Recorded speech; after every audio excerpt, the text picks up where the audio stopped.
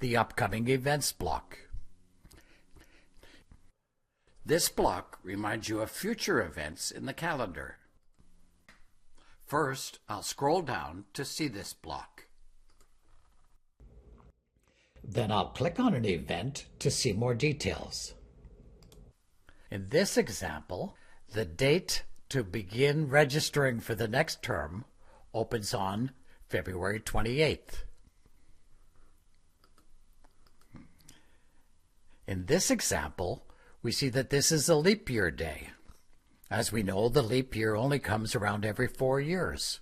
February usually only has 28 days.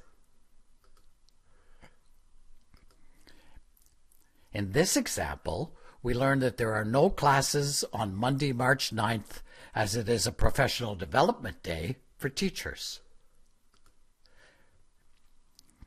And finally, in this example, we see important due dates may be given. This is an assignment.